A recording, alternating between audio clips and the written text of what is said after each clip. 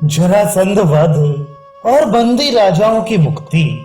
वैशंपायन जी कहते हैं, जन्मेजय, जब भगवान श्री कृष्ण ने देखा कि जरासंध युद्ध करने के लिए उद्यत हो गया है, तब उन्होंने उससे पूछा, राजन, तुम हम तीनों में से किसके साथ युद्ध करना चाहते हो? हम में से कौन युद्ध के लिए तैयार हो? जरासंध ने भीमसेन के साथ कुश्ती लड़ना स्वीकार किया। उसने माला और मांगलिक चिन्ह धारण किए, पीड़ा मिटाने वाले बाजूबंद पहनी। ब्राह्मण ने आकर स्वस्ति वाचन किया। क्षत्रिय धर्म के अनुसार उसने बख्तर पहना, मुकुट उतारा और बालों को बांधता हुआ खड़ा हो गया। जरासंध ने कहा, भीमसेन, आओ, बलवान के साथ लड़कर हारने पर भी यश ही मिलता है। बलवान भीमसेन श्री कृष्ण से परामर्श लेकर ब्राह्मणों से स्वस्ति वाचन करा, जरासंध से भिड़ने के लिए अखाड़े में उतर गए। दोनों ही अपनी अपनी विजय चाहते थे। दोनों ने ही अपनी अपनी भुजाओं को ही शस्त्र बनाया था। हाथ मिलाने के पहले एक ने दूसरे का पैर छुआ, तदनंतर खम और ताल ठोकते हुए परस्पर गुथ गए। उन्होंने तृणपीठ, पूर्ण योग, समुष्टिक आदि अनेकों दांत पेच किए। उनकी कुश्ती अपूर्व थी। उनका मल्ल युद्ध देखने के लिए हजारों प्रवासी ब्राह्मण, क्षत्रिय, वैश्य, शूद्र, स्त्री एवं वृद्ध इकट्ठे हो गए। उनके प्रहार और छीना झपटी से बड़ी कर्कश ध्वनि होने लगी। वे कभी हाथों से एक दूसरे को ढकेल देते, गर्दन पकड़कर घुमा देते, कभी एक दूसरे को खदेड़ते, खींचते, घसीटते, घुटनों से चोट करते और हुंकार करते हुए घूंसों का प्रहार करते। वे जिधर जाते उधर की जनता भाग खड़ी होती। दोनों हट्टे कट्टे, चौड़ी छाती और लंबी बाहों वाले पहलवान अपनी भुजाओं से इस प्रकार लड़ रहे थे मानो लोहे के बेलन टकरा रहे हों। वह युद्ध कार्तिक कृष्ण प्रतिपदा से प्रारंभ होकर लगातार 13 दिन रात तक बिना खाए पिए और बिना रुके चलता रहा। 14वें दिन रात के समय जरासंध थककर कुछ ढीला पड़ गया। उसकी ये दशा देखकर भगवान श्री कृष्ण ने भीमकर्मा भीमसेन को उभारते हुए कहा, वीर भीमसेन, थक जाने पर शत्रु को दबाना उचित नहीं। अरे, अधिक जोर लगाने पर तो वह मर ही जाएगा। इसलिए अब तुम जरासंध को ज्यादा न दबाकर केवल बाहु युद्ध करते रहो। श्री कृष्ण की बात सुनते ही भीमसेन ने जरासंध की स्थिति समझ ली और उसे मार डालने का संकल्प किया। भगवान श्री कृष्ण ने भीमसेन को और भी फुर्ती करने के लिए उत्साहित करते हुए संकेत किया कि भीमसेन, तुम में दैव बल और वायु बल दोनों ही विद्यमान हैं। तुम जरासंध पर तनिक उन बलों को दिखाओ दो।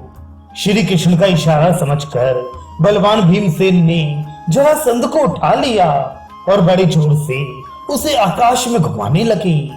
100 बार घुमाकर उसे उन्होंने जमीन पर पटका और घुटनों की चोट से उसकी पीठ की रीढ़ तोड़कर पीस दिया। साथ ही हुंकार करके उसका एक पैर पकड़ा और दूसरे पैर पर अपना पैर रखकर उसे 2 खंडों में चीर दिया। जरासंध की इस दुर्दशा और भीमसेन की गर्जना से उपस्थित जनता भयभीत हो गई। स्त्रियों के तो गर्भपात तक की नौबत आ गई। सब लोग चकित, विस्मित होकर सोचने लगे कि कहीं हिमालय तो नहीं टूट पड़ा, पृथ्वी तो खंड खंड नहीं हो गई। भगवान श्री कृष्ण, अर्जुन और भीमसेन ने शत्रु का नाश कर उसके प्राणहीन शरीर को रनिवास की ड्योढ़ी पर डाल दिया और वे रातों रात वहां से बाहर निकल गए। श्री कृष्ण ने जरासंध के ध्वजा मंडित दिव्य रथ को जीता, उस पर भीमसेन और अर्जुन को बिठाया और वहां से चलकर कैदी राजाओं को पहाड़ी खोह से बाहर किया।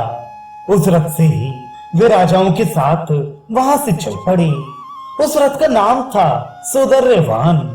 2 महारथी उस पर एक साथ बैठकर युद्ध कर सकते थे।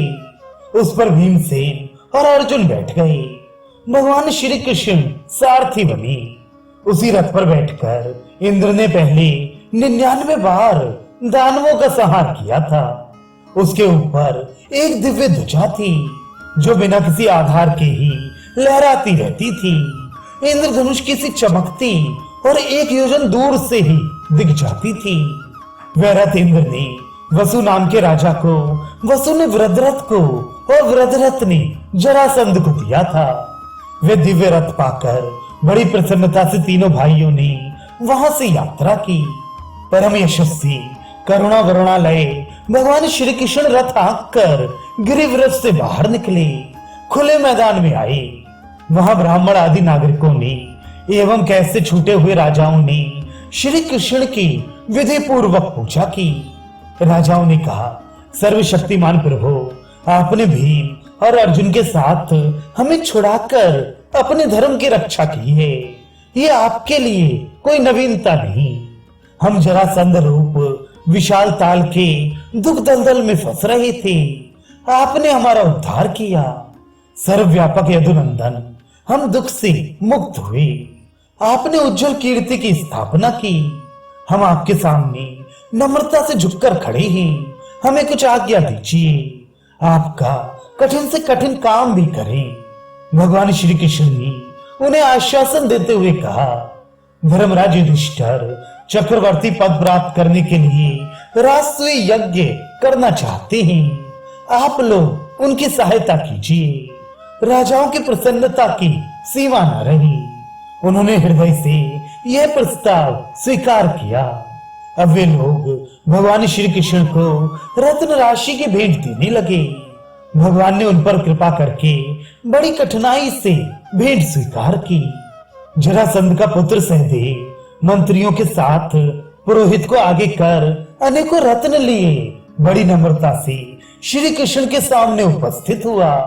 भगवान श्री कृष्ण ने भयभीत सहदेव को अभयदान देकर भेंट स्वीकार की। श्री कृष्ण, अर्जुन और भीमसेन ने वही सहदेव का अभिषेक किया। सहदेव बड़ी प्रसन्नता से अपनी राजधानी में लौट गया। पुरुषोत्तम भगवान श्री कृष्ण अपने दोनों फुफेरे भाइयों के और उन सब राजाओं के साथ धन रत्न से लदे रथ पर शोभायमान हो इंद्रप्रस्थ पहुंचे। उन्हें देखकर धर्मराज के आनंद की सीमा न रही।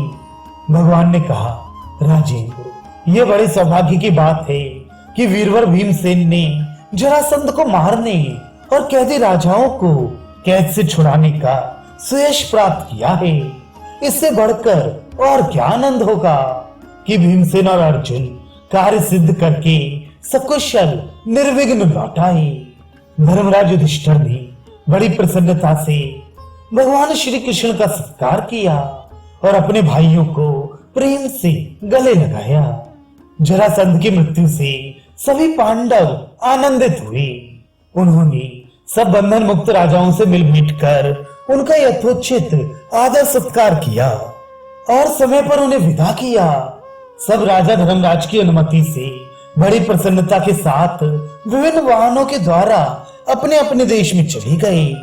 परम प्रिय भगवान श्री कृष्ण ने इस प्रकार जरासंध का वध कराकर धर्मराज की अनुमति प्राप्त करके कुंती, द्रौपदी, सुभद्रा, भीमसेन, अर्जुन, नकुल, सहदेव और धौम्य से विदा ली तथा उसी रथ पर जो जरासंध के यहाँ से ले आई थी युधिष्ठिर के कहने से सवार होकर द्वारका की यात्रा की। यात्रा के समय पांडवों ने आनंद कंद भगवान श्री कृष्ण का यथोचित अभिवादन एवं परिक्रमा की।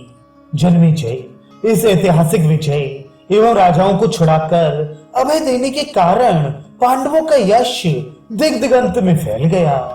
धर्मराज युधिष्ठिर समय के अनुसार धर्म पर दृढ़ रहकर प्रजा पालन करने लगे।